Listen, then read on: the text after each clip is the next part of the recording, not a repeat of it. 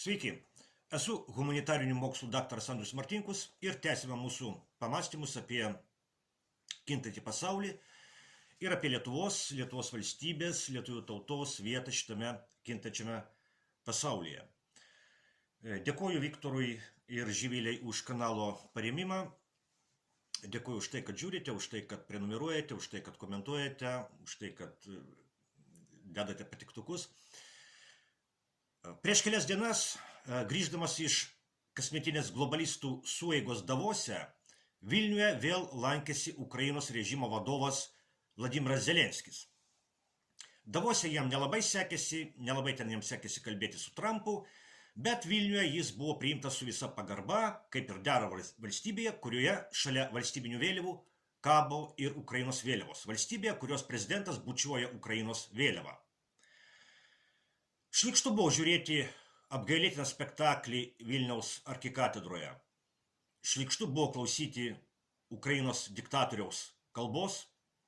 Šlykštu buvo matyti ir girdėti, kaip susirinkusieji atsistoja, ploja po Zelenskio kalbos. Šita kalba ir šitie plojimai man nuskambėjo kaip Vilniaus arkikatedros ir visos Lietuvos istorijos išniekinimas. Bet kaip mes praėjus 36 metams po nepriklausomybės vadinamosios, po 1990 metų kovo 11-osios atsidūrėme šitoje apgailėtinoje padėtyje. Kaip atsitiko, kad Ukraina, kadaise labiausiai klestėjusi Tarybų socialistinių respublikų sąjungos respublika, šiandien guli griuvėsiuose, o jos vadovui, kuriam valdant taip atsitiko, plojama Vilniaus arkikatedroje. Giliausias atsakymas skamba taip. Tai atsitiko dėl nepagarbos istorijai, dėl istorijos užmiršimo, dėl sąmoningo istorijos klastojimo. Būtent todėl Ukraina, kuri kadaise buvo labiausiai klestinti TSRS respublika, šiandien guli griuvėsiuose. Būtent todėl Lietuvoje, kuri po TSRS žlugimo neteko 1 milijono žmonių, šiandien kabo Ukrainos vėliavos. Būtent todėl nykstančios Lietuvos prezidentas bučiuoja Ukrainos vėliavą, o Vilniaus arkikatedroje skamba plojimai Zelenskiui, kuriam vadovaujant Ukraina verčiama griuvėsiais. Visa tai vyksta dėl nepagarbos istorijai, dėl istorijos užmiršimo, dėl sąmoningo istorijos klastojimo. Persikelkime į 1989 metus. Tais metais rugpjūčio mėnesį Lietuvoje, Latvijoje ir Estijoje vyko Baltijos kelias. Minint Molotovo-Ribentropo pakto 50 metų sukaktį, 100 tūkstančių žmonių susikibę rankomis padarė gyvą grandinę tarp Vilniaus, Rygos ir Talino. O Jungtinėse Amerikos valstijose tais pačiais metais 1989 pasirodė straipsnis, kuris tapo vienu garsiausių 20-ojo amžiaus pabaigos tekstų. Tai buvo filosofo ir politologo Francio Fukuyamos straipsnis, kuris vadinosi Istorijos pabaiga. Francis Fukuyama, amerikiečių mokslininkas, japonų kilmės amerikiečių mokslininkas, todėl tokia pavardė.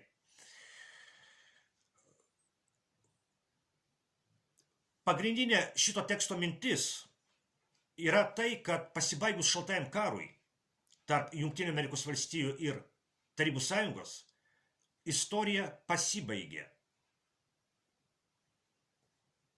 Kuria prasme istorija pasibaigė? Akivaizdu, kad Fukuyama kalba ne apie tokią istorijos pabaigą, apie kurią kalba kai kurios religijos. Na, pavyzdžiui, krikščionybė arba islame istorijos pabaiga suprantama kaip viso šio pasaulio pabaiga, po kurios bus Dievo teismas. Aišku, kad Fukuyama kalba apie kažkokią kitokią istorijos pabaigą.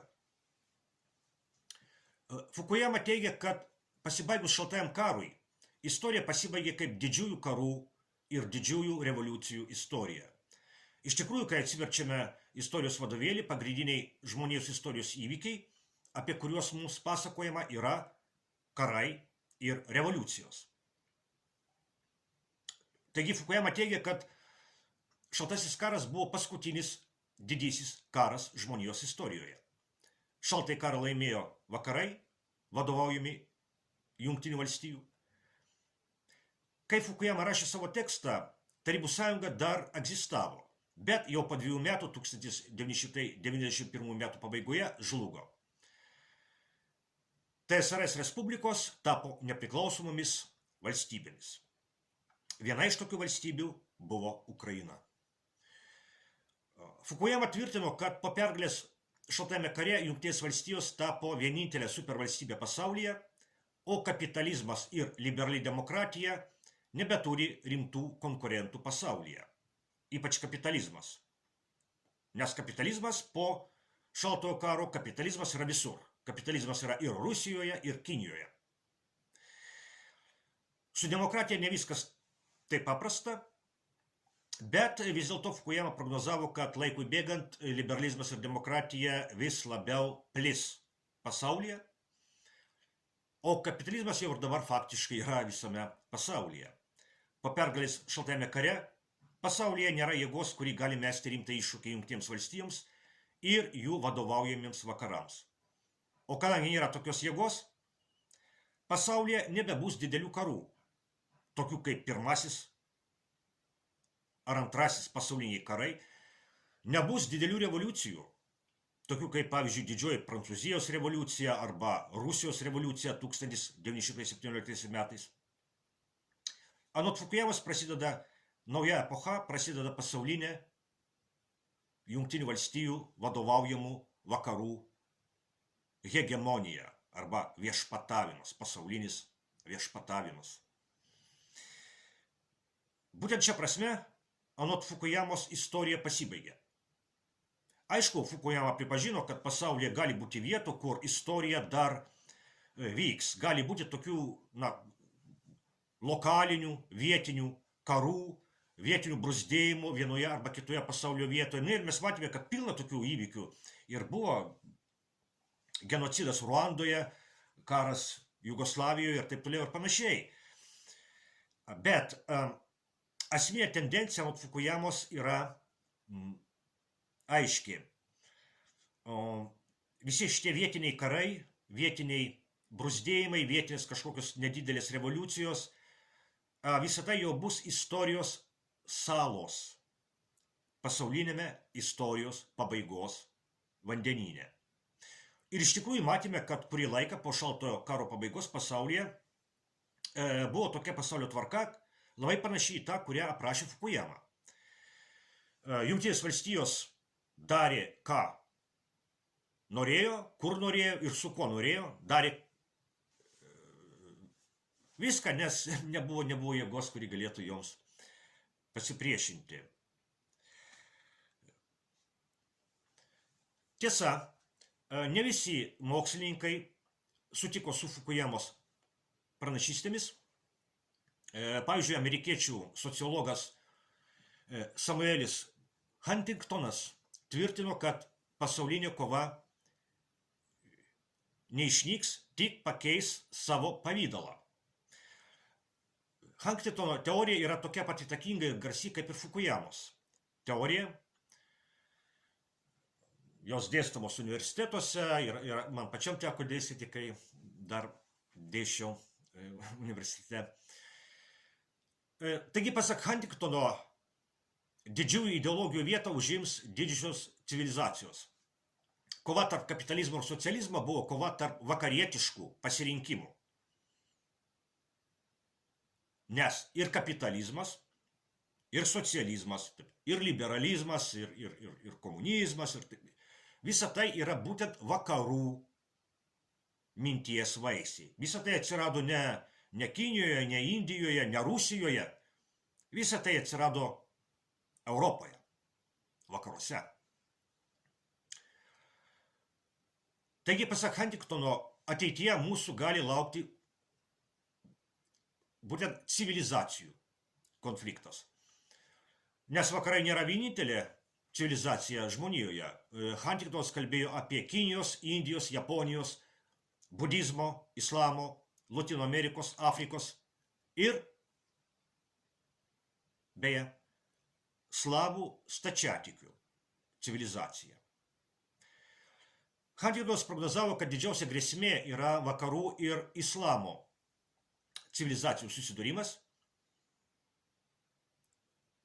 Ir iš tikrųjų matome, kad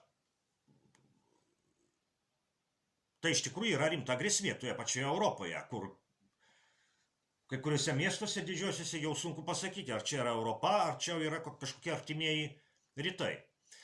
Vis dėlto, didžiausias karas po antrojo pasaulinio karo pabaigos, karas, kuris rodo, kad istorija nepasibaigė, yra karas Ukrainoje tarp vakarų globalistų ir Rusijos. Vakarų globalistai kariauja už istorijos pabaigos pasaulį. Už tą pasaulį, kurį aprašė Fukuyama. Už pasaulio tvarką, kuri atsirado po šaltojo karo žlugus TSRS. Ir tikrai nėra atsitiktinumas, kad būtent Ukrainos valstybė tapo vakarų globalistų įrankių jų kare su Rusija. Pagal Huntingtoną, Ukraina ir Rusija yra tos pačios civilizacijos dalis. Slavų stačiatikių civilizacijos dalis. Na, savami suprantama, kad religija dabar nevaidina tokio vaidmens, kokį vaidina dar prieš 100 metų, bet vis tiek, Huntingtonas taip vadina šitas civilizacijas islamo, budizmo, slavų stačiatikių. Pagal tai, kur vyravo viena arba kita religija istoriškai. Todėl karas Ukrainoje, kuriame slavai kariauja su slavais, yra labai naudingas vakarų globalistams, nes silpnina vieną iš pagrindinių pasaulio civilizacijų, silpnina slavų stačiatikų civilizaciją. Todėl globalistai nori, kad šitas karas nesibaigtų. Bet kaip globalistams pavyko pasiekti, kaip pavyko padaryti iš Ukrainos valstybės įrankį karui su Rusija?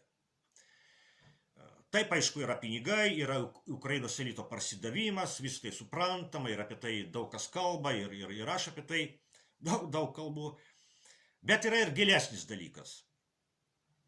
Tas dalykas tai nepagarba istorijai, istorijos užmiršimas, sąmoningas istorijos klastojimas. Jokioje kitoje, aš tai kalbu labai atsakingai, jokioje kitoje Europos valstybėje istorija nebuvo taip išniekinta, kaip Ukrainoje per pastaruosius kelis dešimtmečius po TSRS žlugimo, o ypač po 2014 metų Maidano perversmo. Bet ukrainiečių smegenys buvo pradėtos plauti daug anksčiau, negu įvyko Maidano perversmas. Ir čia turiu savo asmeninę patirtį. Kai dirbo universitete, tekdavo dalyvauti studentų baigiamųjų darbų gynimo komisijose. Kartą dalyvavau studentės iš Ukrainos magistro darbo gynime. Na, yra universitetiniai mainai, studentai iš vienų valstybių keliauja į kitas, studijuoja, čia viskas yra normalu. Ir tai buvo gal 2011, gal 2012 metais, bet tai buvo iki Maidano perversmo. Aš pastebėjau, kad šitos studentės darbe rašoma apie ukrainiečius 13 ar 14 amžiuje. Aš labai nustebau. Iki tol visada maniau, kad ukrainiečių ir baltarusių tautos pradeda formuotis Lietuvos ir Lenkijos valstybėje. Ne anksčiau kaip 16 arba 17 amžiuose. Paklausiau apie tai studentės. Ir jie atsakė taip. Pas mus Ukrainoje visi galvoja, kad ukrainiečiai buvo jau kunigaikščio Vladimiro krikšto laikais. O žinote, kad buvo kunigaikščio Vladimiro krikštas? Tai yra Kijevo Rusios krikštas 986 metais. Na, tai išgirdęs supratau, kad ginčytis yra beprasmiška, supratau, kad Ukrainoje dėstoma kažkokia kitokia istorija. Tai buvo iki Maidano. O po Maidano teko girdėti, kad senovės ukrainiečiai iškasė Juodąją jūrą. Teko girdėti, kad Jėzus Kristus buvo kilęs iš ukrainiečių. Senuosiuose Lietuvos ir Lenkijos žemėlapiuose žodis Ukraina atsiranda tik 17 amžiuje. Ir šitas žodis Ukraina šitose žemėlapiuose dengia geriausiu atveju 1/10 tos teritorijos, kuri kadaise vadinosi Ukrainos Tarybų socialistinė respublika. Tokie miestai kaip Odesa, Nikolajevas, Hersonas, Melitopolis, Mariupolis, Doneckas, Luganskas, Harkovas nieko bendro su istorinė Ukraina neturi. O istorinės Ukrainos vietoje, tai yra ten, kur kadaise buvo Lietuvos didžioji kunigaikštystė ir Lenkija, toje Ukrainos dalyje, dabartinės Ukrainos dalyje, kuri priklausė Lietuvos didžiai kunigaikštystė ir Lenkijai, senosiuose žemėlapiuose skaitome 3 pavadinimus. Šiaurinė tos Ukrainos dalis yra vadinama Voluinė.